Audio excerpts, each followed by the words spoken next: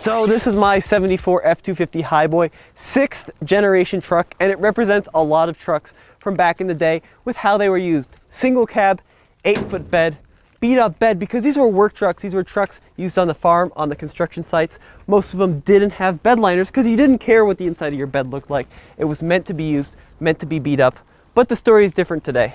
Here's the question. What's changed over the past 43 years?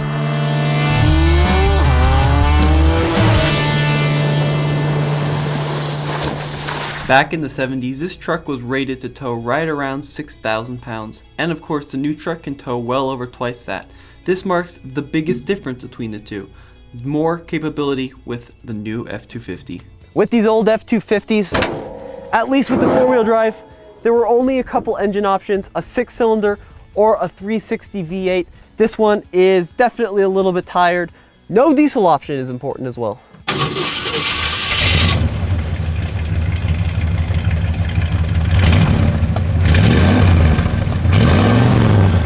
The more things change, the more they stay the same.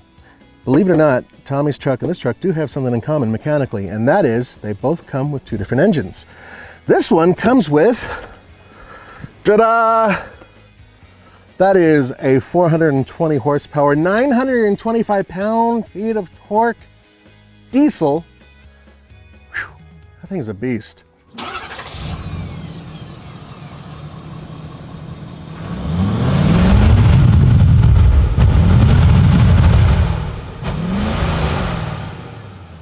You can also get a 6.2 liter gas V8. And that'll go in here as well. Now this obviously feeds all four wheels through a proper transfer case, but here's the cool part. It also has solid front and rear axles, similar to Tommy's truck.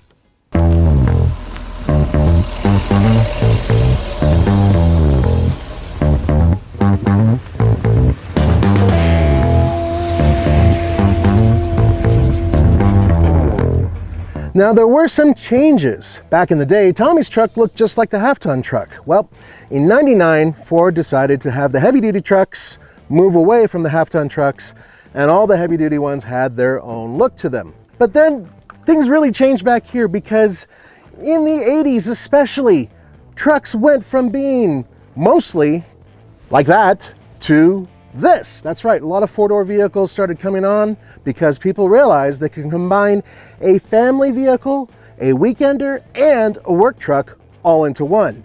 And this is probably the most extreme example of it because $76,000. I am a huge fan of this camera angle. I mean, having the software interpret, because these are in the mirror so they point outward, but make the ground look like you're flying above it, it's just fantastic, and it really is fairly accurate. Now I may not have fancy cameras, but an old truck like this, I've got all sorts of visibility.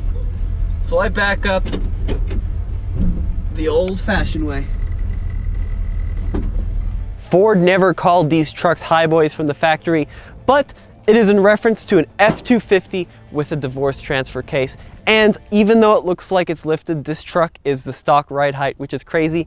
And this little step down here, it's not factory, but it's very useful because these trucks really were high. And without it, it can be tricky getting in the cab. Ta-da! Yeah, it's cool little option on these trucks. You know what else is optional for this year? Believe it or not, you can get a King Ranch with a vinyl floor. So you can actually get muddy and wash it out. So it goes back to utility. However, this doesn't have that. This has rather thick, really nice carpets, leather seats.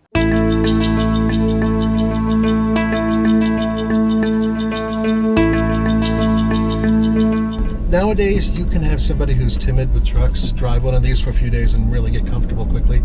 And that's the big difference, because back in the day, when you had a truck that was a truck, it was ponderous, didn't steer great. There's so many different things. It's almost incalculable compared to your truck. However, the bottom line is you have the same seating angle.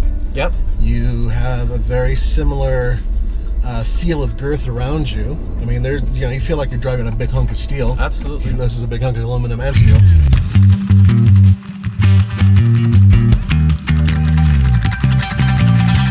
Now in the 70s on these trucks, there were really three big options which differentiated this truck from a standard work truck. First off, Cruise-O-Matic automatic transmission, power assist brakes, and power assisted steering. These options were not necessarily commonplace in trucks back in the day, and they were real luxuries if you could afford them. There is room for 5 people in here. Tommy's has 3. But what's really interesting to me is the massaging seats. Oh my God. I actually pull into my driveway because we get these things for a little while, like a week. And I just let it massage me until my wife starts yelling at me to come in for dinner. You know, one thing I desperately miss on these old trucks is right here. Smoker windows, vent windows. They always seem to let the perfect amount of air and wind.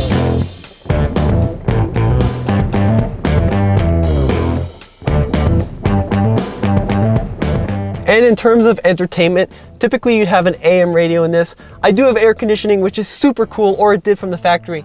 But the biggest entertainer is what was up here. This is aftermarket, but it's a CB radio. However, one perhaps less entertaining thing is right here. Because the Highboys had a narrower frame, the gas tank is in the cab, literally right behind the rear seat here. So if you got in a collision or you were a smoker, you might find some trouble. All right, so here's where a lot of changes it makes the truck self-explanatory. And the reason I say that is because there are so many conveniences in this thing that make the truck, frankly, the easiest thing to use and the most logical. It goes beyond just being a regular everyday truck to something that babies you even when you want to crawl into the back of it. Ta-da! LED strip lights. Block the runway. With the new truck, we've got a level of sophistication in the suspension with the front coils. Oh yeah. And in the interior. Back then we've got a big comfy bench seat that does a lot of your suspension absorption. This truck does a few things that I really like. One thing is that it's unique because you don't see many of them on the road, so it's cool looking. And the other thing it does is it has a unique smell to it, which harkens back to a different day. Sure. Was it better back then? Some of you guys are gonna say that. I disagree. But I gotta say, I mean, for a proper good old school work truck, this vehicle really does check an awful lot of the boxes, you know? It's just cool. Back when this truck was new, four-wheel drive really wasn't all that common in these trucks. It was kind of a luxury, and a luxury that not a lot of people purchased because it was expensive, and trucks once again were mainly used to carry things, to do work, and you didn't really need four-wheel drive in a lot of situations. But if you did get four-wheel drive, like this Highboy with this divorce transfer case, it's kind of a longer process than the new one to put it into 4 high or 4 low. So first you gotta come in here and move this big lever, which is always gonna be a little bit resistant to move. And then you gotta come out, it's snowing, it's hailing, it's raining, there's dirt flying, I'm getting wet. Come out here, and you gotta lock the hubs on both sides. Now what I like about this is it's a very mechanical system, so I know if it's engaged or disengaged. The new one is just a little knob that you twist, which is very convenient. However, there are also lockable hubs on that new truck as a backup or as an alternative. Unlock these or I'll forget, I can guarantee it. Now think about these sunroofs in pickup trucks. I'm not a huge fan because this is not what I would want if I was serious about off-roading. But I mean, if you're using this as a family vehicle and it's something that you're going to be driving every day as a regular car, which frankly most people will be, yeah, it's pretty cool. I mean, look at that. That is a big sunroof. And I believe, look at that. So in case you're out on safari, you can almost stick your body out there while Tommy should be able to hang out there with no problem. This truck has a lot going on for it. This is your Texas Millionaire's truck, but it's still a truck. It is still, at the end of the day, a truck, no matter how much you want to loosen it up because how comfortable it is, how easy it is to drive. Doesn't get great mileage. We're averaging 16 miles per gallon right now. I don't know what your truck gets. Oh, less than that. Like 8. Yeah, 8. Oh, there you go. Yeah.